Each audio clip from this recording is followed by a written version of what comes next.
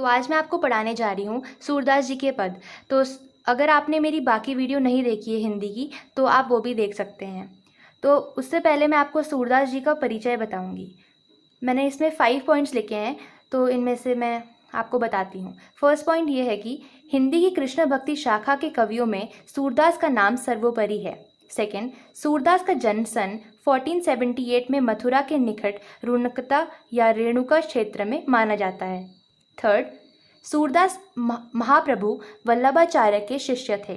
Fourth, Surdas के 3 ग्रंथों सूरसागर, साहित्य लहरी और सूरसारावली में सूरसागर सर्वाधिक प्रसिद्ध है, जिसका आधार श्रीमद् भागवत है।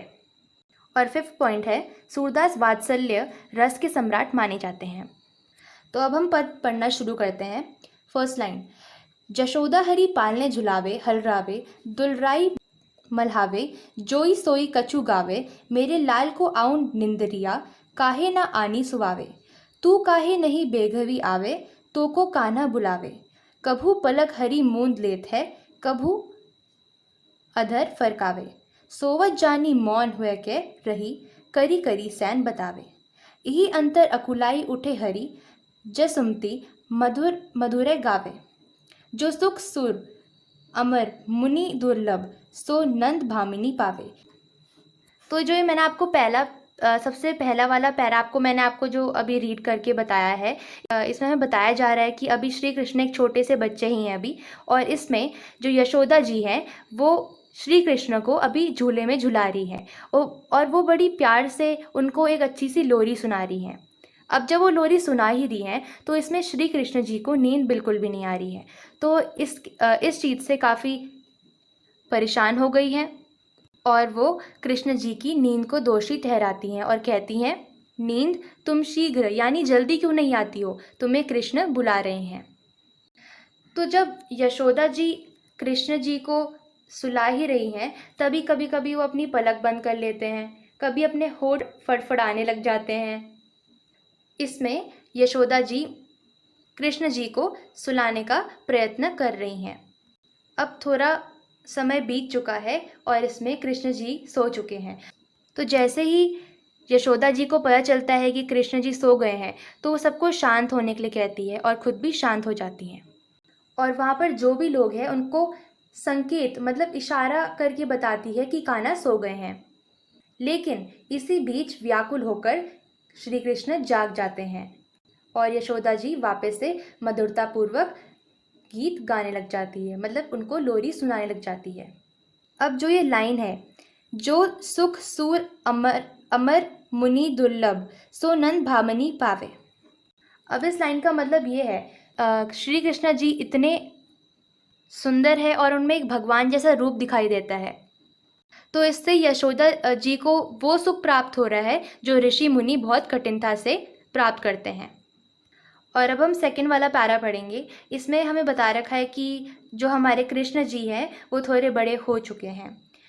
खींचत जात माखन खात, अरुण लोचन बहुत टेढ़ी, बार बार जमहात, कबू रंजन चलत घुटुरन, धूर धूसर गात, कभू झुक के अलग खींचत, नैन जल भर लात, कबू तुतरे बोल बोलत, कबू बोलत तात, सूर हरि की निरखी शोभा, निमिक तजतना मात। तो हम सबको ही पता है श्री कृष्ण जी को माखन कितना पसंद था। तो इस पैरा में हमें बता रखा है, इसमें श्री कृष्ण जी को बहुत नींद आ रखी है, बहुत गहरी नींद आ रखी है, लेकिन तब भी वो माखन खाते जा रहे हैं। उनकी जो आंखें हैं वो लाल हो चुकी है और उनकी जो बौहें हैं मतलब आईब्रोज है वो भी टेढ़ी हो चुकी है और वो बार बार जमाई ले रहे हैं, उबासी ले रहे हैं।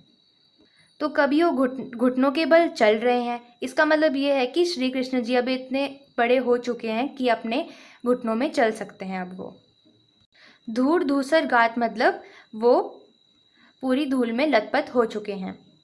कबू झुक के अलग खींचत, नैन जल भर लात।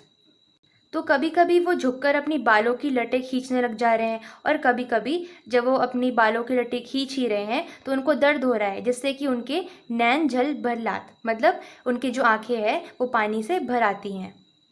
तो क्योंकि इसमें अभी कृष्ण जी काफ़ी छोटे हैं उस हिसाब से, तो वो अभी तोतला बोलते हैं।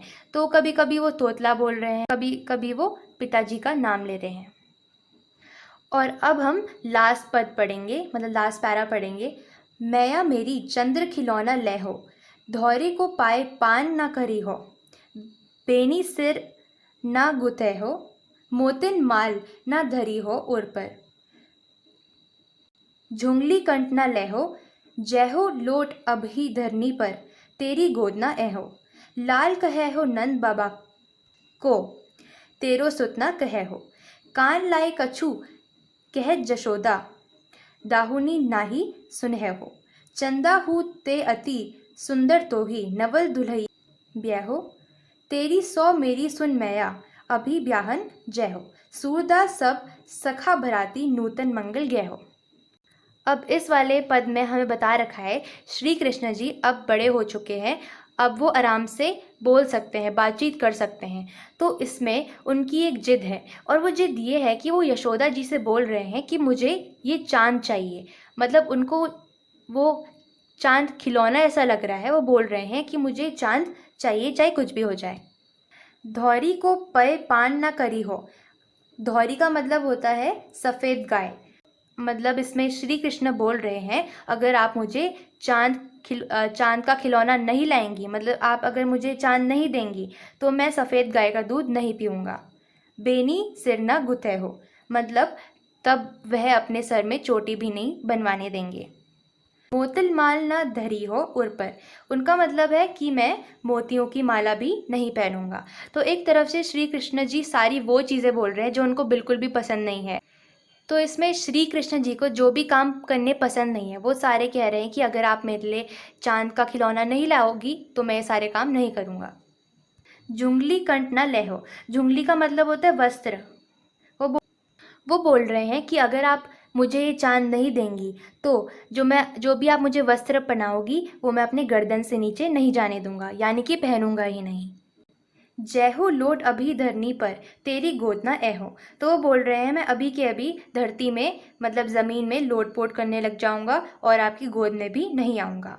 लाल कहे हो नंद बाबा का, तेरो सुत ना कहे हो, वो बोल रहे हैं कि मैं नंद बाबा का ही बेटा कहलाऊंगा और यशोदा जी का नहीं कहलाऊंगा। कान लाए कछु कहत जशोदा, दाऊनी नाही सुने हो, तो यशोदा जी तो उनके लिए चांद ला नहीं सकती हैं, तो उन्होंने श्री कृष्ण को पास आने को बोला और उनके कान में धीरे से बोला कि मैं तुम्हें एक ऐसी बात बताने जा रही हूँ जो मैं बलराम को भी नहीं बताने वाली हूँ। अगर आपको पता नहीं कि बलराम कौन थे, तो बलराम श्री कृष्ण के बड़े भाई थे। तो अब हम देखते हैं यशोदा जी ने कृष्ण जी को क्या कहा। चंदा हूते अति सुंदर तो ही, नवल धुलैया ब्याहो।